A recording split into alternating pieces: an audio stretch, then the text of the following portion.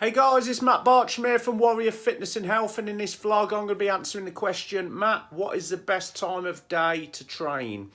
So the easy answer to this one is it depends. Now I know that's very vague and I've wrote some points down because there's so much to cover with this answer, but the best time of day to train, it all depends on your daily schedule. Do you work full time? Are you an 8 till 4? Are you a 9 till 5? Are you a shift worker?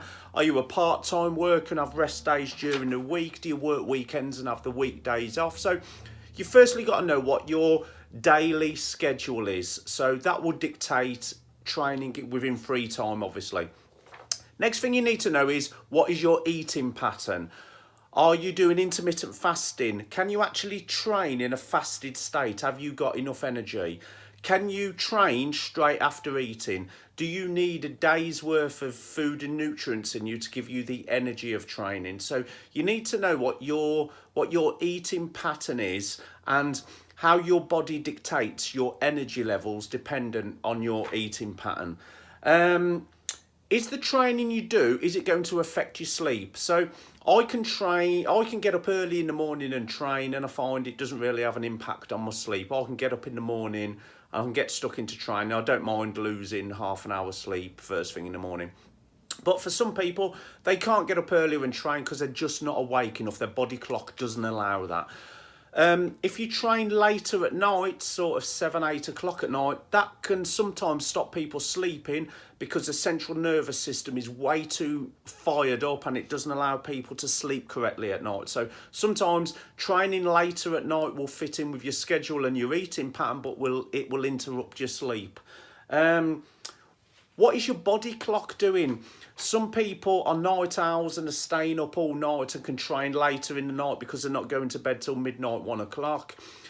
Some people are early birds like me and we need to get up really early, smash the day, but we're going to bed a bit earlier overnight. So you need to consider, what does your body clock say to you and what is the best time for you to train around that.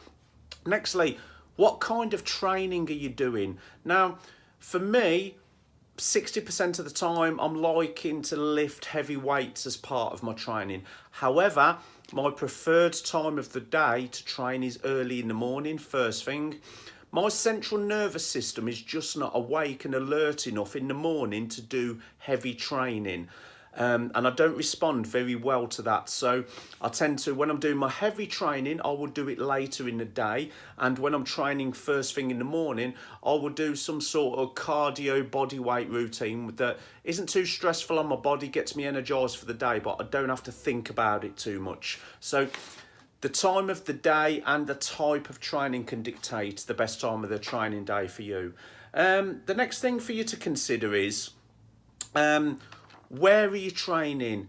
The times of day of your training, the safety factors. So if you're training in a gym, you might be dictated by their opening times. If you're in a 24/7 gym, obviously you've got massive scope there. If you only do outdoors training, you need to consider the safety factors, especially if you're a lone female training in an isolated area and that sort of stuff. So the environmental factors or the demographics can dictate your training.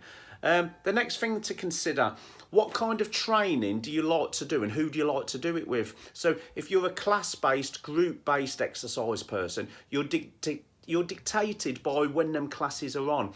If you've got a training partner, sometimes they have to train when you can train, you have to train when they can train, and the times of the day that you may want to train is non-negotiable because you've got a training partner and you need to stick together. If you're training at home, you may need to train when the kids aren't going to be crawling all over you, or people aren't going to be watching you, or you're not going to be in the way of the telly. Or if you're training out in the garden, you may only be able to train in certain weather considerations. So there are so many factors here to dictate when is the best time of day for you to train. However, as always, Matt Bartram, I've come up with a formula. So what you need to do is get pen to paper.